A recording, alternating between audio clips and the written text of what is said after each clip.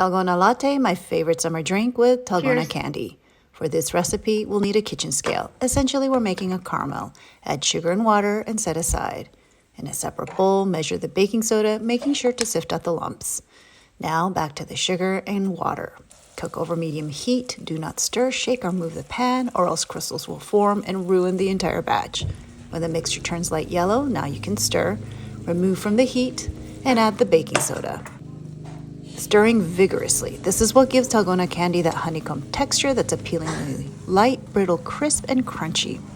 Cool on a sill pad, then smash with a rolling pin, getting out your aggression if needed. The recipe makes a lot, but you'll definitely eat all of it. The only problem is it won't stay crisp and fresh and crunchy when stored more than a day, but I found a simple hack. You know, in Kim packets of roasted seaweed snack, there's that silica packet at the bottom that keeps it fresh and crisp. I thought maybe it will keep Dalgona crisp and fresh too, and yup, it does. It collects all the moisture so it will stay good for up to 2 to 3 weeks.